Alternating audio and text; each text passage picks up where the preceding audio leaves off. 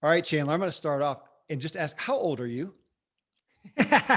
I have to think about that these days. 27. 27. I'm trying to think through my list of people I've had on the show. Have I ever had anybody younger than 27? That's amazing. And for you to be, and I know that that's part of your story. For you to be at the level of business that you are, how old were you when you really had a legit full-time self-employed business? Mm. So legit is very subjective. Okay, okay. I'm The messing with bills you. were you weren't sleeping on somebody's couch. Can I say that? Yeah. So I'll say this. So I first decided I wanted to run a bit. So my mom sent me to scout camp when I was 16 years. Whoa, hold up. Maybe even 13, 14, 15 years old. And she sent me with a bunch of snacks and drinks and all this stuff.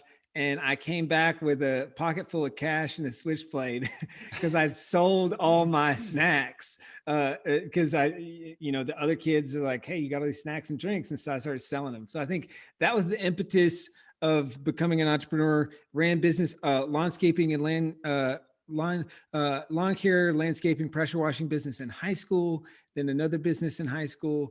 Then I ran a exterior house painting company in college through a company called Student Painters. And that was the first time I hit six figures with a business and really started to believe I could do it. Then dropped out of school to run a business. And then that's where I was building a quote unquote legit business, but still sleeping on not quite a couch, but a bed on the floor. And Yeah. then that was when everything was starting. I had about 6 months worth of runway when I dropped out of school.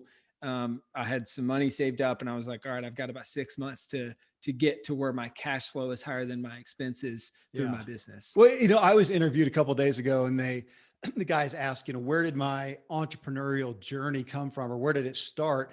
And I went back to my upbringing and that's all I ever Mm-hmm. knew. My dad Mm-hmm. was an entrepreneur. So I'm going to ask the same question to you. Where did that come from? You got one sibling, is that right? Yeah, so my brother and some folks in this audience might know he plays in the Grammy nominated rock and roll band called Need to Breathe. Oh, okay, so of course, and I know that because I knew that one. And this morning, I get in the car. I was down at a cabin. Get in the car, put my playlist on, and I hit random shuffle. Second song to come on is the one "Need to Breathe" song about it. It's a "Wake Up," I think is the name of it. Wake up, Huh. dun, dun, dun, dun, dun, and open up Oh, your slumber. Yeah, slumber. slumber. Thank you. Yeah. That's it. Yeah. I've got it on my Yeah. workout playlist. So, I mean, I know that. Well, and so there too, so you've got a brother Yeah. who's doing he's a music artist, self-employed thing, and he and his wife, I know from you, they've got a Bolt construction farm tree company. I could say they houses. build Yeah. tree houses. Yeah. So kind of connecting all the dots. So Yeah. my dad runs a local construction company. Okay. That's what I My was looking mom's for. a realtor. She was a dental hygienist for 25 years, then pivoted to real estate. So essentially running your own business. And then my brother has Bolt Farm tree houses. This is number one. And kind of with my dad and mom as well, they built the first one. And then now my brother's taking it to go to just kind of the full business. So number one Airbnb in South Carolina. They're building another location in Chattanooga. It's luxury romantic tree houses and domes and things like that, Airbnb style. So kind of for me, my brother blazed. I mean, I had an amazing foundation with my parents. That's what my brother and I wrote our first book about, is kind of the 15 things our parents taught us growing up that we thought was normal, but then we got out in the real world and realized no one gets taught this stuff. And it's his Yeah. perspective as a musician, my perspective as a business guy. And so my brother had always kind of went out and kind of Davy Crockett or whatever, Daniel Boone, just blazed the path. And we're from a very small town. I mean, my parents met working night shift at a factory, right? And so he went out and everyone said, hey, when are you gonna stop doing music and get a real job? And then he got a major record deal. I mean, pretty massive band, huge success with that band, and then came back and kind of blaze the trail, right? It's like we all need that person in our life to shatter our beliefs of what's possible. And that's what he did for me. And then so I think that combined with the foundations that my parents taught me gave me the courage and confidence to start little businesses. And then that just kind of snowballed into big-ish business that we have today. And I want to back into some of that, but you saying that right there, that we all, I mean, it's a great statement that we all need that person to blaze a trail ahead of us. So you had your parents in one sense, and then your brother as well. And I definitely, had my parents. I mean, I grew up doing small business with my dad. It's all I knew. And it made it completely palatable to me. And it also fit who I am. But you saying that I need that person in my life to blaze a trail, is that a primary impetus motive for you in what you do today, trying to blaze that trail to help give permission to other people to go do what they want to do?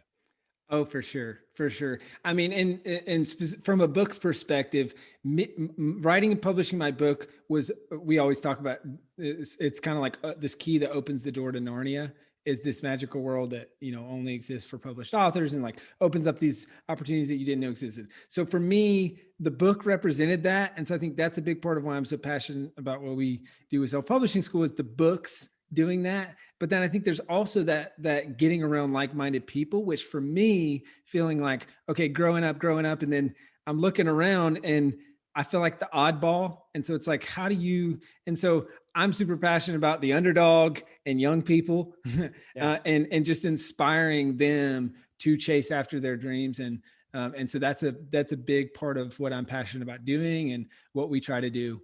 Okay, we're going to jump all over the place. I often take kind of a chronological view, but you keep hitting on stuff that I had for us, and I'm not going to leave it since we're on it already. That having people to, support. So a couple unique things. Well, I'm a big fan of the concept of blue zones. Dan Buettner, blue zones, the healthiest people in the world. I talk about this Yeah. so often across all my Yeah. shows. Healthiest people in the world are those who live in a community of healthy people. They don't Mm-hmm. have to Mm-hmm. try to do anything. It's just part of life. And for us to all have our blue zones is awesome. You are standing in one of your blue zones, your Mm-hmm. entrepreneurial home in San Diego. And I knew about it, but I actually read about it, since getting ready for this interview, that you had, and things may have changed, but at the time you created your blue zone. You brought in other entrepreneurs. You got a house, brought them in San Diego. You wake up every morning with fellow entrepreneurs. And you even talked about, not only are you sharing work support, but even life support. You talked about doing Yeah. diets together and doing things like Yeah. that. That's stout. So there's one. And then of course, you're referring to your self-publishing school is your other Yeah. community of Blue Zone. Fair? Yes. Yes. And so it's the Jim Rohn quote, "You are the average of the 5 people you spend the most time with." And a lot of people can quote that, but not a lot of people act on it. And so that Yeah. was my effort. And so I started the first Entrepreneur House, 2014 or so. When I dropped out, I moved into an entrepreneur house in Iowa, and I said, "Oh, this is really cool." Then I moved to San Diego, started one, and now there's, I think 2 or 3 in San Diego, maybe 2 or so in Los Angeles.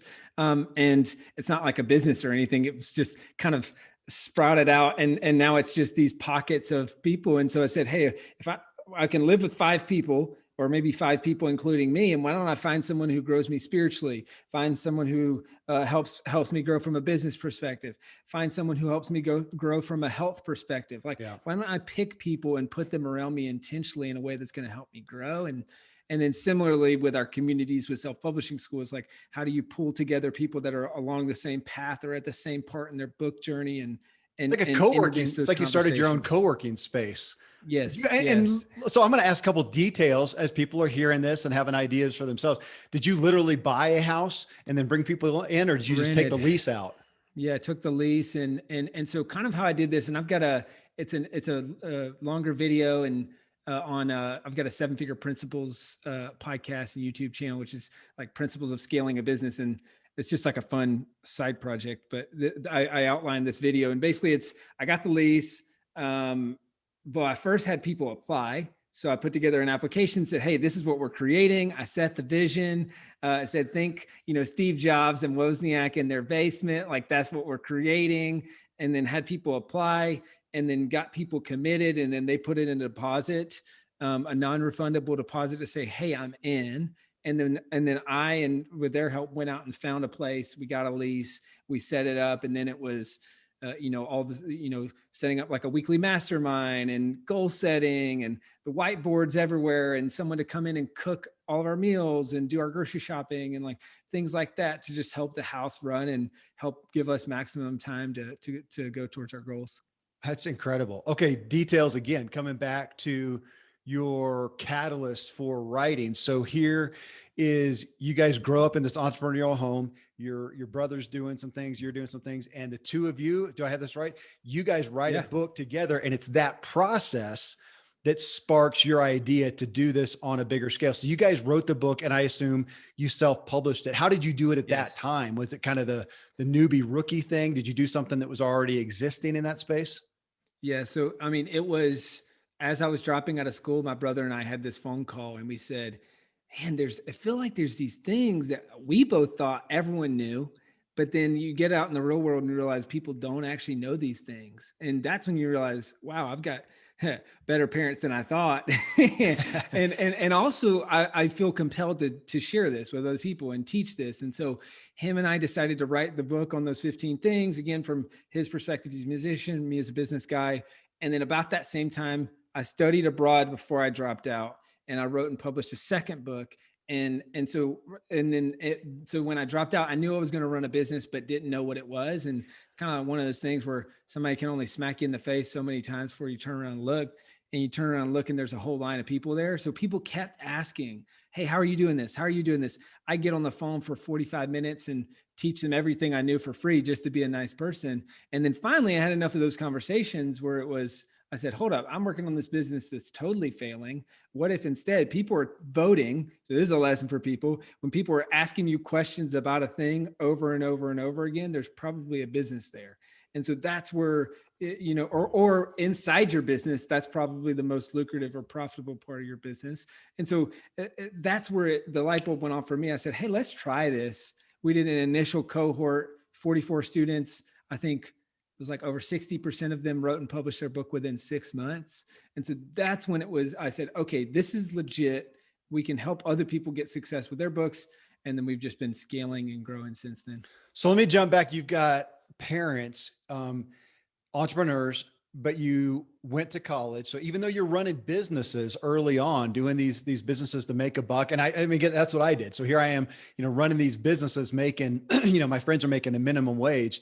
And back then I'm making like 50 bucks an hour. I was tinting windows on homes and cars. So you're doing that. You get the idea, profit and loss, run a business, whatever, but you still went into school. What was the motive for that?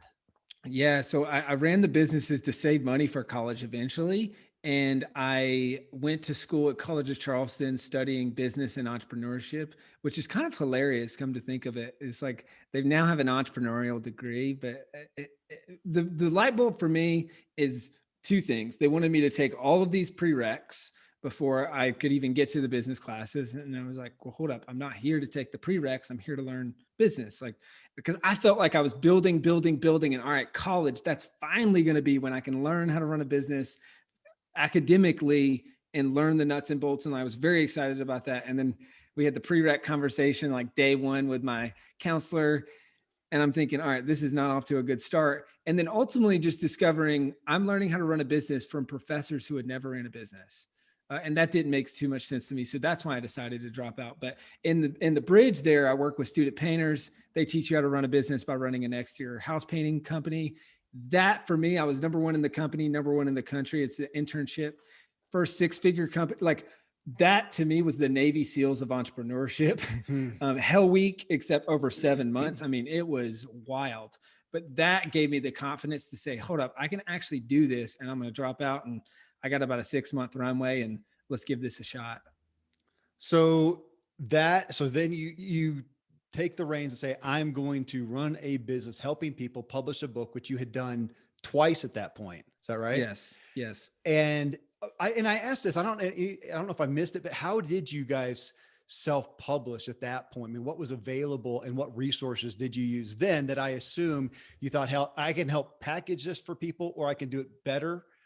Yeah. Tell me We self-published through Amazon. Okay. And that's the beauty is that, used to be, you had to have an agent to get a publishing deal to get into bookstores. Bookstores were how you sold books, right? Now, 70% of books sold are sold on Amazon, and you don't need a publisher to publish on Amazon. So we just kind of pieced together a bunch of stuff.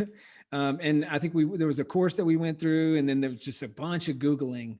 And so kind of going through that process, I figured, hey, I can create something that will better consolidate this and just give kind of a proven path for people to follow. And so that's why we created Self-Publishing School. And the how the first time was just a bunch of trial and error and research and just honestly applying a lot of the guerrilla marketing techniques that I used from or learned from the multiple business, especially student painters, and applying all those same principles to publishing a book. And I think that really helped from a marketing perspective. So you've got two focal points. It sounds like you've got one, helping people who want to have a book, which I want to dig into. And then the other is, as you have done this and created a successful business, is teaching people business as well, which I assume the majority of the people writing a book need as well to do that. But let me ask you that.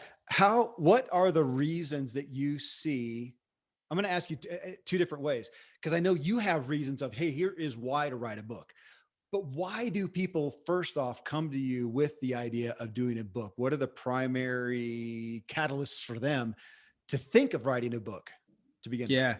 Yeah. So it depends on the person. I want to write a book to grow my business is a primary example. I want to write a book from a legacy perspective. So I want to write this thing. And even if it only sells 5 copies, I can pass this to my kids, kids. Like, this is going to be a part of my legacy after I'm off this earth. And I'd say those are the two main. And then for some people, it's amplifying their impact. Right. And I know, I love the Zig quote, which is, people can come to my talk and I can't necessarily change their life in 45 minutes, but if they come to my talk, they might be able to buy my book and buy my tapes and things like that. And that way I can change their life. So I look at it as I call it leveraged impact. So it's the ability to do work once and crystallize this into a book. And then that thing goes on and sells thousands, tens of thousands, maybe even millions of copies. And so it's an impact piece, and it's a way to have impact on a mass scale through one vehicle, which is a book. Well, I obviously have you on here because I'm an advocate of what you do and who you are, but I want us to take the opportunity to kind of needle in on some of the issues that really come up. And it's interesting. I talked a couple of weeks ago with Jordan Harbinger. I don't know if you know Jordan. He's out in your neck of the woods, I think, out there in California. I think so, yeah. He's out there, huge show. So I'm getting, 450,000 downloads in a month. He's getting over 6 million.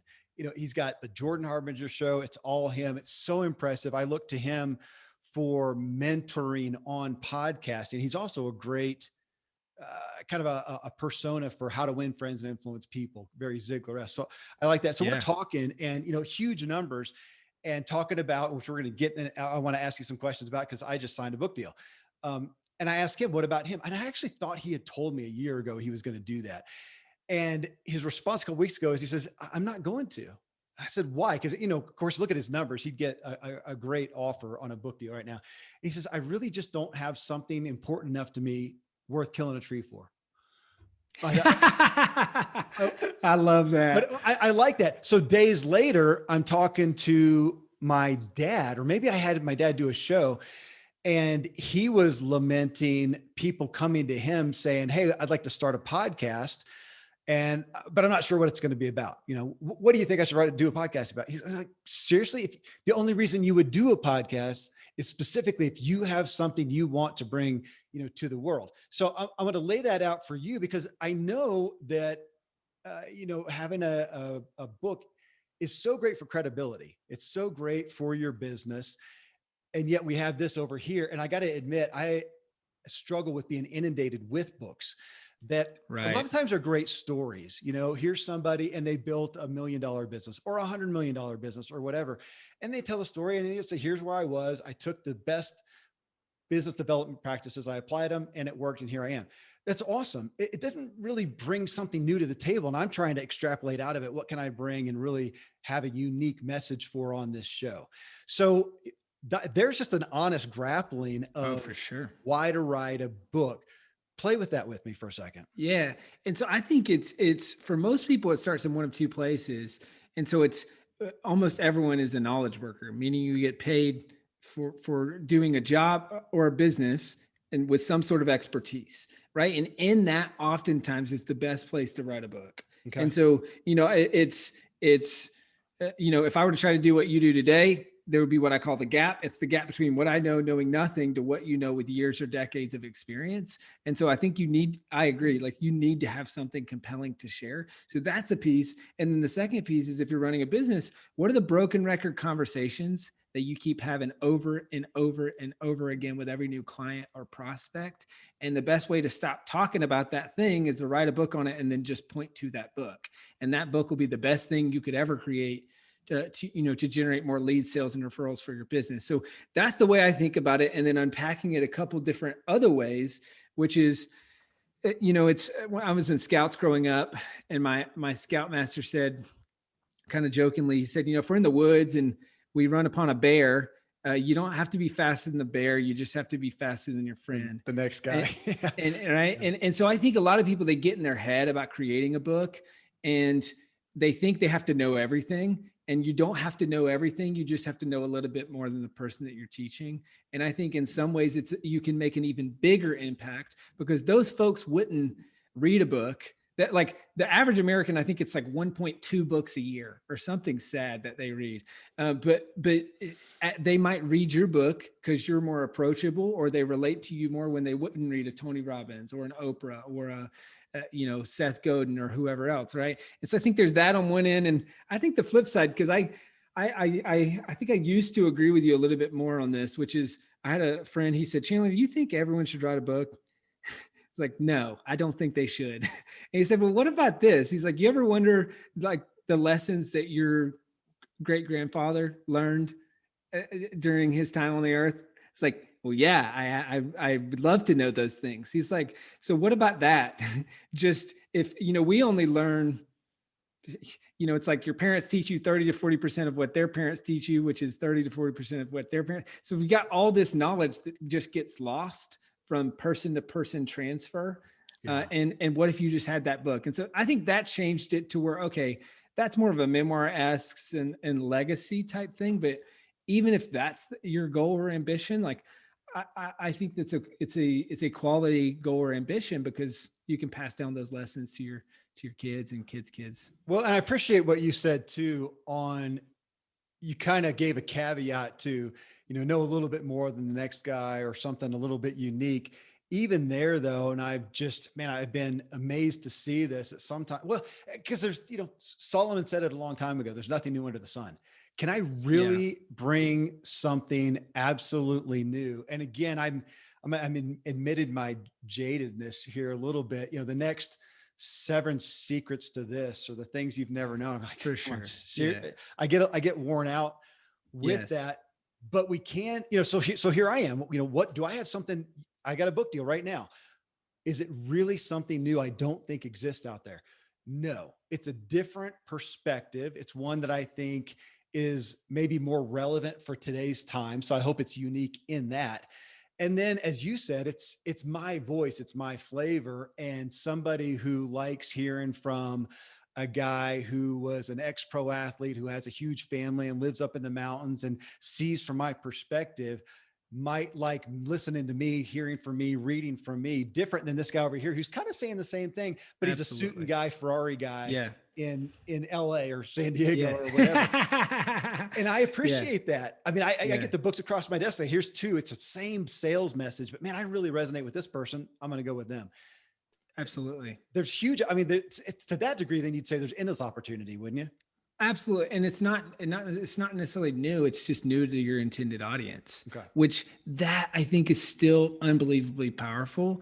And then not to mention just I mean, like, kind of like you said, that if I've got two people I'm evaluating between, one person has the book, well, then I'm going to go with that person. So it's overused, but a book is the new business card. You give someone you give someone a business card, they'll probably, throw it away within 24 hours. You give them a book, they take it home, it's in their office, it's in their home. And every time they see it, they think of you. I can't get rid of books. I probably got, I'd have to count them up. I don't know how, a couple hundred of books sent to me that, or just for whatever reasons, not the right flavor for me, not the right message that I want for the show. Man, to get rid of them it's heartbreaking. You're totally right. And how many of them have I gone back to again and thought, well, wait a minute. Let me look at, or I'll hear about somebody else talking about it, go, I think I have that book, and I'll go and pick it up, and then boom, they end up on the show. You're so right with the, it's the best business card, no doubt, no doubt. So, with this, looking at the messages, well, I'll use Zig Ziglar. I mean, he wrote "See You at the Top." Are we going to write a book that's better than that? I would say everybody should read that from now till the end of time. And yet Zig has been gone now for years. He's passed away. He's not a new voice. And unfortunately, I feel like the reality is there's some people they just aren't going to go read a book from a guy who passed away 5, 10, 50 years ago to some degree. And there again lies the opportunity to write something new and a new flavor, and write it in regards to, I mean, I play his clips on the show a lot. He never Yeah. talks about a smartphone. They didn't exist. He Yeah. went, I mean, he wasn't using one. So there again, is that another one that you see is it's just relevant to bring it fresh into a new time period, which our times, are changing so fast now. Maybe that again bodes more opportunity. I absolutely agree with that. And I saw that, even when I was early on in my sales career, I read his Secrets of Selling book. And that was a big part of me getting started and with student painters and with sales. And so I think even it lives long after you're off this earth, and can keep teaching new people, even in a new time. Yep. Okay, so I mentioned that, here you are with self-publishing school. I've got you on the show, and I just signed a book deal with a traditional publisher, which I'm sure you see amongst the people, your peers, your friends who talk to you and maybe sometimes feel a little bit ashamed if they go the other way. But talk about that. Talk about if it's relevant either way, pros and cons. Just hit it there. Yeah. So as far as self-publishing versus traditional publishing goes, I mean, there's really 3 or 4 main differences. There's distribution, there's royalty rates, and there's cost to publish. And then maybe a fourth would be how long it takes. And so from a distribution perspective, like I mentioned, it still is, if you want to get in traditional bookstores, it's, you're better off traditional publishing. It's possible to get your self-published book into bookstores. It's just harder. I've got an interview on the Self-Publishing School podcast with Pat Flynn on how he got his self-published book into bookstores. Is that still too loud? Hey, Loud, you know what? No, we're just going to go candid. So you're in a big city and somebody's doing construction next to you. Hopefully, if it just continues to be ridiculous, we'll go with it. But like I said to you, I don't think I ever have anybody on in New York where you don't hear a siren. So folks, this is just a siren. If the banging gets too much, we'll stop it, but let's just go with it. So yeah, distribution. I mean, you would hope that's what we hope the publisher will do. Is get it in the bookstores. And obviously they have the ability to do that. No, they're not going to just blanket the world and put you in the airport day one. But, let me start on this too. Let me say this, is it fair to say if you have something to write, but you do not have an audience, we know it's going to be really hard to get a book deal these days. It's not impossible. Yes. And so for 99.9% of people, it makes more sense to self-publish. The only time it makes sense to traditionally publish is if you can get a big advance. And so I can go through the other stuff. Royalty rates, 8 to 12% traditional publishing, 20 to 80% self-publishing. Yeah. Cost, I mean, there's a cost, but really the long and short of it is only go with the traditional publisher if you can get a big advance. And to get a big advance, you need a big audience and the ability to move books. And so it's kind of like, yeah.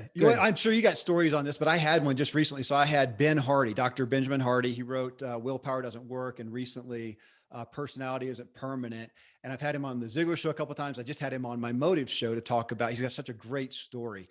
And he told me, and it was off the mic, so I won't divulge the numbers or all the numbers, but he was getting a lot of traffic on Medium. So he's blogging on Medium, and he actually became the number one most read blogger on there at a certain time. He's still one of the top ones. So he's there, and he says, but he's building an email list. He's got like 5,000 people.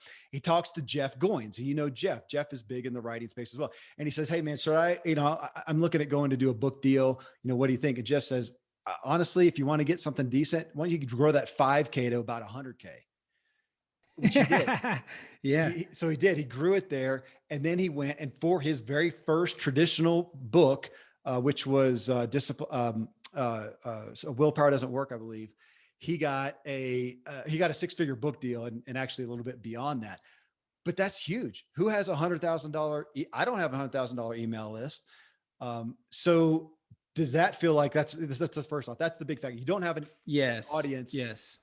I mean, at this Oh, it's point, the can't we biggest say factor. you're not going to Yeah. get a traditional book deal? Yes, because no one else. When this is a big thing to communicate as well. No one else cares as much about your book or you as you do, and so it's so important that you learn marketing. And so people think, oh, my publisher is going to market it for me, or I'm going to pay someone to market it for me. The first thing the publishers are going to ask, and when you pitch them on signing your book, is, okay, how are you going to sell this?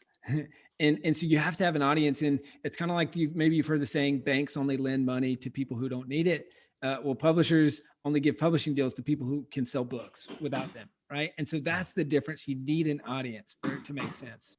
Well, and there you go. So, so I do. I'm grateful to have that, but I still had people, because I know a lot of people who are in the self-published space that said, man, you've got the audience, you could sell it yourself, make a heck of a lot more money. You're going to sell books. So I'll be candid with the reality, because to what you said, nobody cares about your book as much as you do.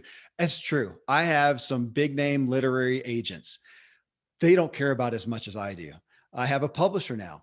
They don't care about it as much as I do. I'm not looking to them to market it. I do appreciate the distribution, but they did give me an advance, which I do like money. I appreciate that. They are spending the money to print the books, publish them, and put them, they'll put them in a lot of places and then see how things go. And if it goes well, they'll put them in more. And if not, then it's just going to go off.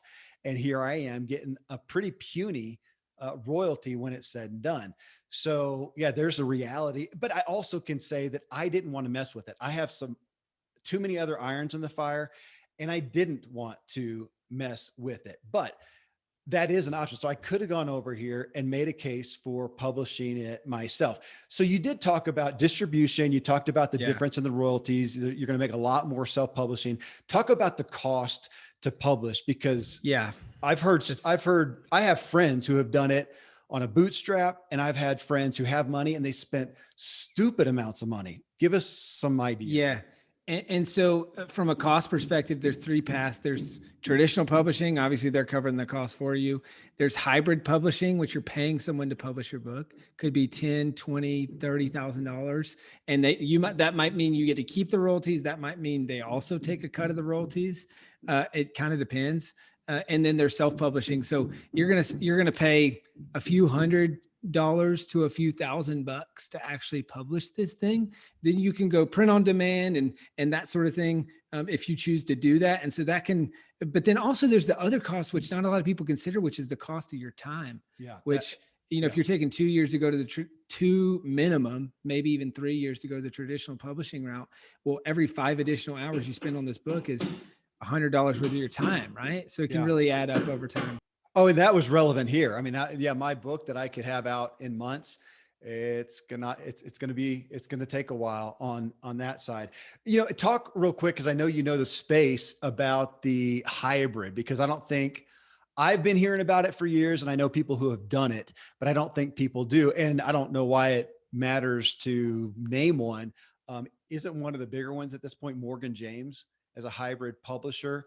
And my understanding there, just from third hand, people who have done it, because I get a lot of books from people who have gone with them, is it's something like a $5,000 expense up front, but they do give you some extra help, or they help with distribution. Is that what the hybrid model tries to do?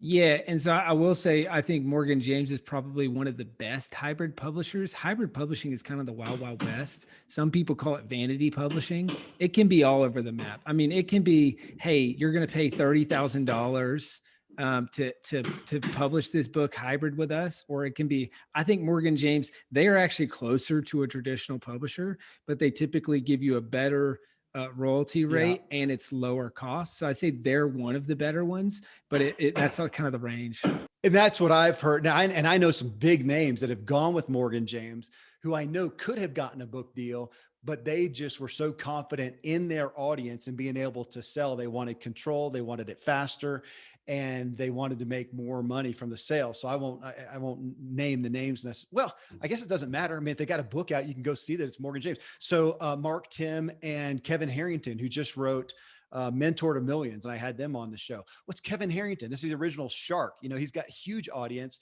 He's got a golden Rolodex. And I assume, and I didn't ask him, I guess I could, I've got his text, but I didn't ask him, but I assume he said, I'm not going to give it to a publisher and wait for a year or two or more and Yeah. get a puny royalty. I'm going to do it myself. So they did. And I'm sure they're benefiting from that. You know, as we talk about this, that is the point of your self-publishing school, is to help people understand these routes. So granted, so that's what you're going to help them, you help them with there. But tell me about the actual writing, because having a story, having something relevant is one thing. How many people get put up by thinking, oh my gosh, I have to be Ernest Hemingway and write this, you know, majestic tome. I'm not a writer like that. What do you do there? Yeah, so there's a process I kind of teach. It's called the mind map outline write process. And guess what? This also can be the mind map outline speak process. And so I would say, first off, play to your strengths. If you speak better than you write, do that. Now, some people have heard about speaking a book, and you know, it's a lot of people do that the wrong way. They just turn on their phone and start recording and start talking. I don't recommend doing that, but that's why the first two steps are really important. So I always start with, okay, what's your idea that you want to write about? We talked about that.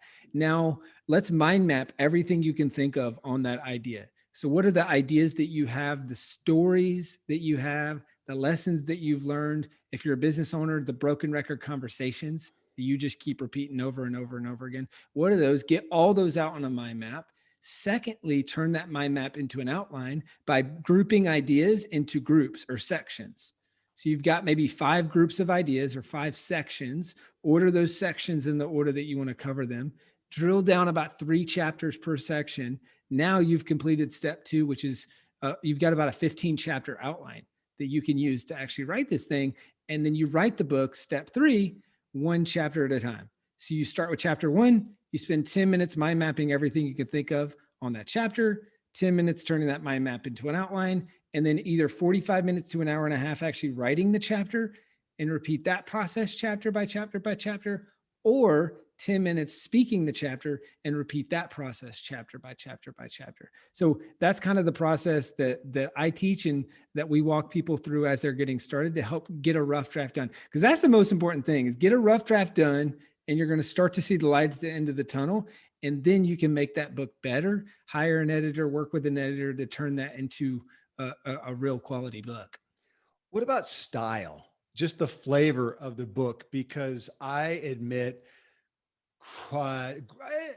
grappling with it in a good way, because my gosh, I mean, you know, so I got my bookshelf here. I'm sure you've got a big one at your house, and you read these things. Let's just say that you're doing a nonfiction book, something in the business development, personal development space. Well, on the shelf behind me, and I've never done this, you probably know this, but there's probably 10 different styles, 5 different styles, 50, I don't know. I mean, we have people who are writing them as, you know, stories, like fictional story analogies, people like Andy Andrews, you know, in The Traveler's Gift and things like that, doing that route. And I've got multiples of those. You've got other people who are writing this from a third person, some with a first person, some with a memoir as part of it, some with this. So these flavors and styles. And when I look at those, man, especially if after I read one, I can kind of sway and start writing along that. Now I would admit I'm a prolific writer, I would say. So I can start writing along that way, but I'm thinking, what is me? What is me? Me would be like, I can give you 1 page. There's a bullet points. That's the point. Go. Well, that's not a book. You know, you want more in that to actually engage. So how do you guide people to what style, I guess, fits them / fits the marketplace? Totally. And so one of the things I'll recommend here, because there's a bunch of practical tips I could give, like the different types of styles. Are you doing story based? Are you doing framework based? Are you doing kind of all those things? But one of the biggest tips I'd give is think of one person. Like, who's one person that you know that needs to read this book? And I'm sorry, the construction is just in full swing over here. We're hammering away. But think of who's one person that you know that needs this message, and write your book as a letter to that one person. All right. Now, a lot of people will say, hey, you need an avatar. I think an avatar is a generally good idea, but it's too broad still. Like, who's one person that you actually know? like Yeah. one person in your life that you actually know, and then write it as a letter. So if it was you, Kevin, I might say, "Dear Kevin," and actually write that in the manuscript for the chapter. And then I write the chapter to you. So anytime I think of questions of, should I use this story or should I not? Should I use this tone or should I not? Should I be funny? Should I tell this joke? I just ask, oh, well, would Kevin like this or would Kevin not? And so then I write it that way. And then you just remove the dear so-and-so. And then that's how you write in a style that's genuine to you. But more important than it being genuine to you is that it's effective for your target audiences and it resonates with them. I mean, to that degree. So here I am actively writing a book. I am looking at my demographic specifically and looking at the books, bottom line, that are selling really well in that space. I mean, right. And it's interesting. My publisher sends me every week a list of the top 20 or more. I don't know why. You probably know why. I don't know why they separate out hardback and paperback or whatever, why they do that. But tell me what's, selling overall. And you see the numbers, and every week, like James Clear, he has Atomic Habits. Every week, it's another 15,000 books. I mean, the guy is just selling books like hotcakes. So of course I'm thinking, and I'm aware of the book and I've read excerpts and stuff. I just bought the book. I'm going to go through it step by step and see what is the flavor, what is the style. Of course, I have to cash that with another book on the list that's in the same demographic, it's the same, personal development or business development, that's written in a different way, but still to ask, why are these resonating? I mean, it can't be, I mean, to some degree we have this, well, he's not a celebrity, not in the same fact of right now, both of the Obamas are on the list. I would venture to say that they could violate a lot of best business practices that we're talking about. They're still going to sell books. So is it fair I'm going to discount them a little bit. Let me look at the non-celebrities. Absolutely. Okay. Absolutely. Yeah. And one thing I think about is also what's the hook, the title, and the subtitle, right? Because that's what resonates with people. And so even before they buy the book, because there's a lot of word of mouth from Atomic Habits, but also look at the hook, what's the subject matter, what's the title, and what's the subtitle, because that's the reason people are buying it. And that combined with the actual cover itself is what's causing people to pick up the book and say, hey, I want to buy this, and buying the book even before they know the style that's inside the book, right? Okay, well, we got to hit that then. With the age old, have we heard any cliche more than judging a book by its cover? Which it is. It's true. They're going to judge, us by how we look, by the book cover. And I asked my publisher a couple of weeks ago. I said, as we're talking about some of the books, and I said that one, he knocked it out of the park with his headline and tagline, the term, Atomic Habits. We've got people right now at the top of the list, like Mark Manson with The Subtle Art of Giving an F, which, that's not my flavor of a title, but it sure stands out. And he nailed it for his specific audience. And so when I look at these books that I get every day, I got one again today. It's all, I average about one a day across my desk. Honestly, I'm blown away by how many come to me from the big name publishing houses. And it's just the most vanilla title, or it's the same one as I've heard. This is so unfair. And I'm so sorry for all the toes that I'm stepping on by saying this, but the amount of books with a headline that has the term leader in it are mind blowing to me. And it tells me now, I get so many, it tells me absolutely nothing.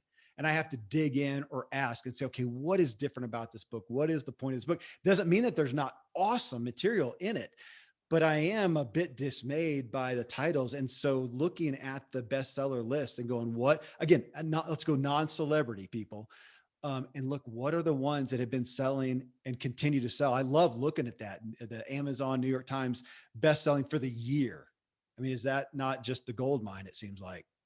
Yeah. And man, so a couple things. I mean, so it's like, I agree. So the change your life, change your future, blah, blah, blah. Like the more broad, the worse it's going to sell. So if there's one piece of advice I can give is be as specific as possible. And again, think of the one person and think, how am I as specific as possible, as provocative as possible? But I speak to, and I just pulled up James's book. If you see the subtitle, as he says, an easy and proven way to build good habits and break bad ones. Yeah. So right off he's speaking to both. We try to go one or the other at minimum, which is speak to the pain or speak to the benefit. Yeah. And if you can speak to one of those two, you're doing really well usually. He's speaking to both in that title and subtitle, which is breaking bad habits. So that's solving a pain. A lot of people want to break a bad habit. He speaks to that in that title. Build good habits. That's a benefit, or what we call like kind of vitamins versus pain pills. And so he's speaking to both in that. And then he also has on the cover, you see tiny changes, remarkable Yeah, results. it's like a second slogan. Yeah, I'm looking at it over here on my floor. Yeah, and it jumps. So to think about that, if yours is going to be on the end cap at a bookstore, or on the, I mean, a lot of times when I'm looking at one book on Amazon, I'll scroll down to the people who like this, generally like, have checked out this book, or however they do that, and look at the titles. And it's unfortunate, I guess, how weighty just that bit is. But again, you've got big name publishing houses.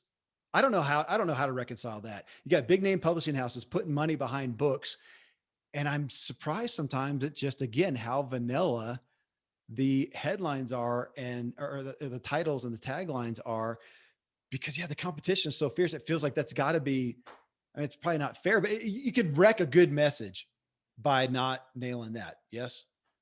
100% agree. Yeah. Yeah. And we're going to take the hammering going on in the background as the moniker for this thing, that you guys, you got to hammer your message home. You got to hammer it daily to get this thing done.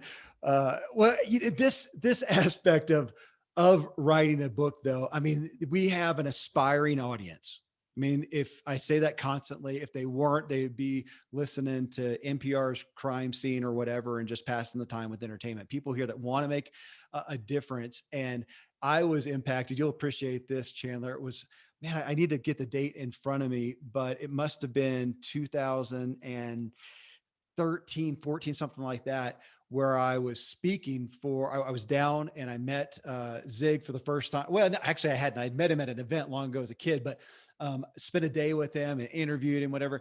And this was after he had fallen, had a brain injury, and he was getting older in age. And so, I mean, he was still speaking on stage, but they would work to kind of keep him on track, but he would repeat things. But what I found in spending a day with him, probably 10 hours or something, is that he would repeat the gold. And the thing he said over and over, and this is shameful for me, because I'm talking, now, whatever it is, 6 years later, or whatever it is. And he said, Kevin, you got to write a book. You got to write. He was adamant. You've got to write a book. Anybody that's, pursuing excellence in their life, that wants to see you at the top, he said, you've got to write a book. So I get that, but I'm going to come back and undergird that with having something unique to say, having a unique flavor there. But again, that is what you guys help with, is auditing that. Is that fair to say? I mean, do you have the points of, in your membership with your folks, of going, it needs a little work. I'm not getting it here. For sure. And hey, Kevin, just pause for 1 second. I feel like this is too loud. So just there and there. Okay, you're good. And yeah, exactly. And so that's exactly what we do. So, and important thing is and this is what people don't realize, is that it starts before you even start writing, and marketing starts before you put pen to paper. And so even getting clear on, and this is one of the first things that we do, whether it's an intro call with someone, or we call it a clarity call. It's like the first call that we have with someone after they join self-publishing school. It's, okay, who are you writing to? What's the message that you're writing about? What are the pain or benefit? And so we call it's the 4 P's of a high converting offer, or in this case, a best-selling book, is person, pain, promise, price. And the price point is easy because the book component, so you can almost just take that out, maybe dependent on format, but person, pain, promise. So who's the person or the avatar that you're writing towards? What's the pain that they have? It's easier to sell pain pills than it is to sell vitamins.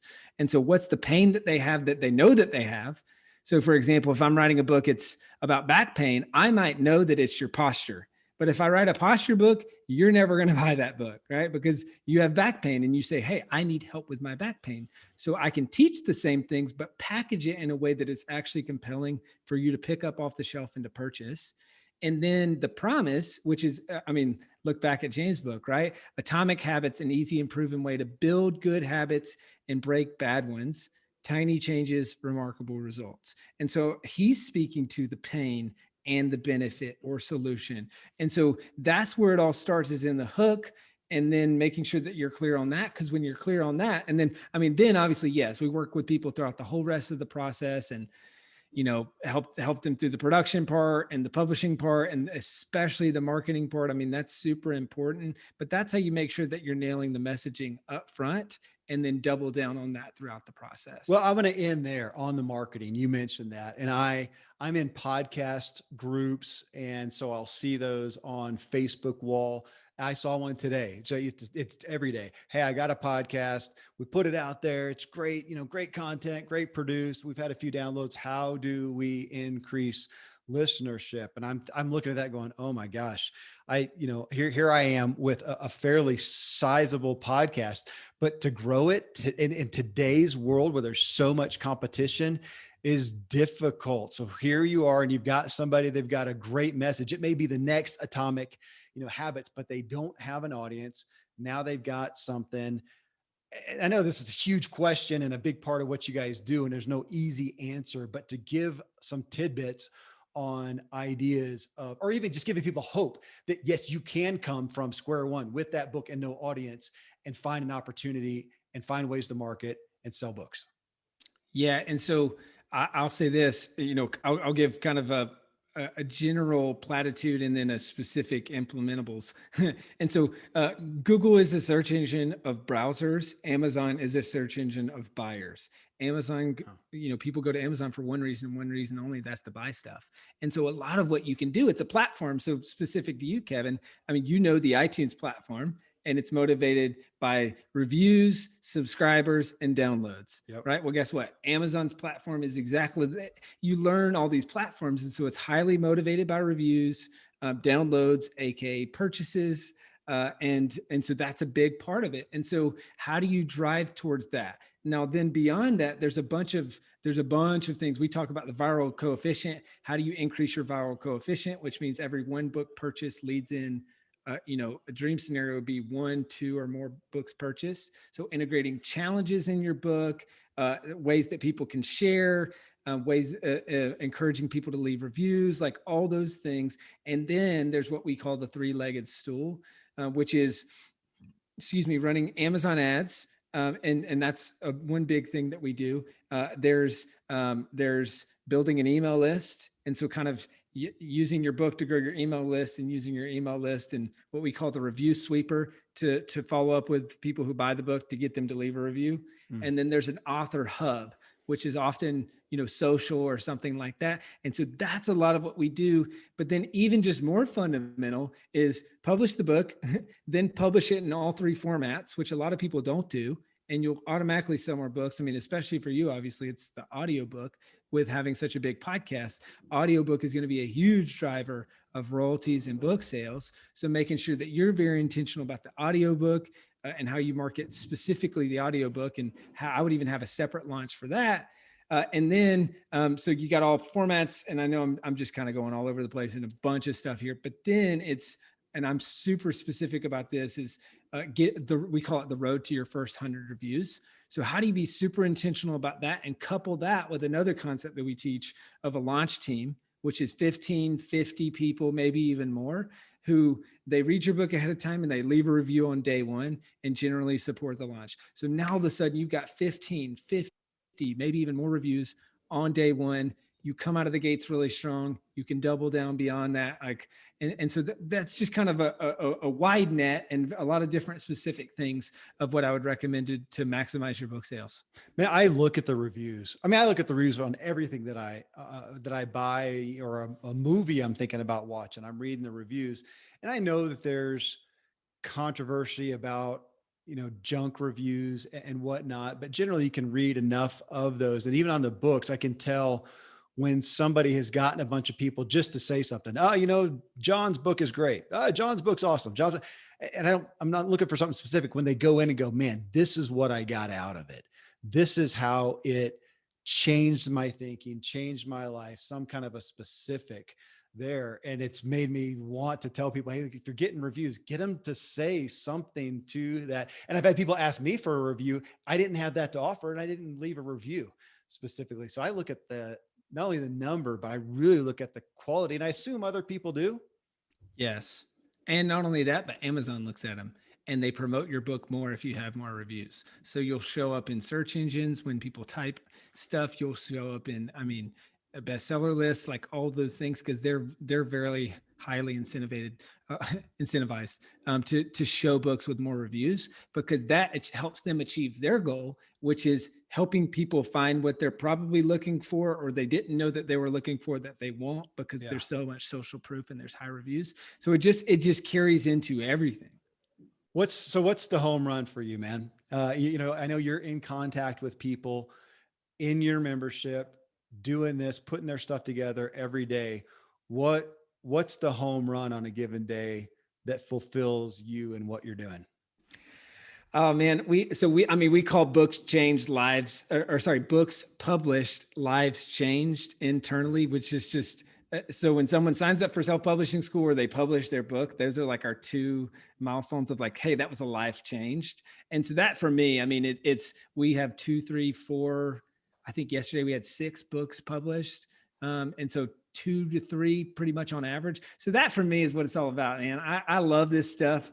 Like I said, I believe that books change lives, and I believe it's not about who the book, it's about who you become in the process of writing and publishing a book. And I've seen the dual impact. We talk about leveraged impact and all those things, but of books changed my life as a reader.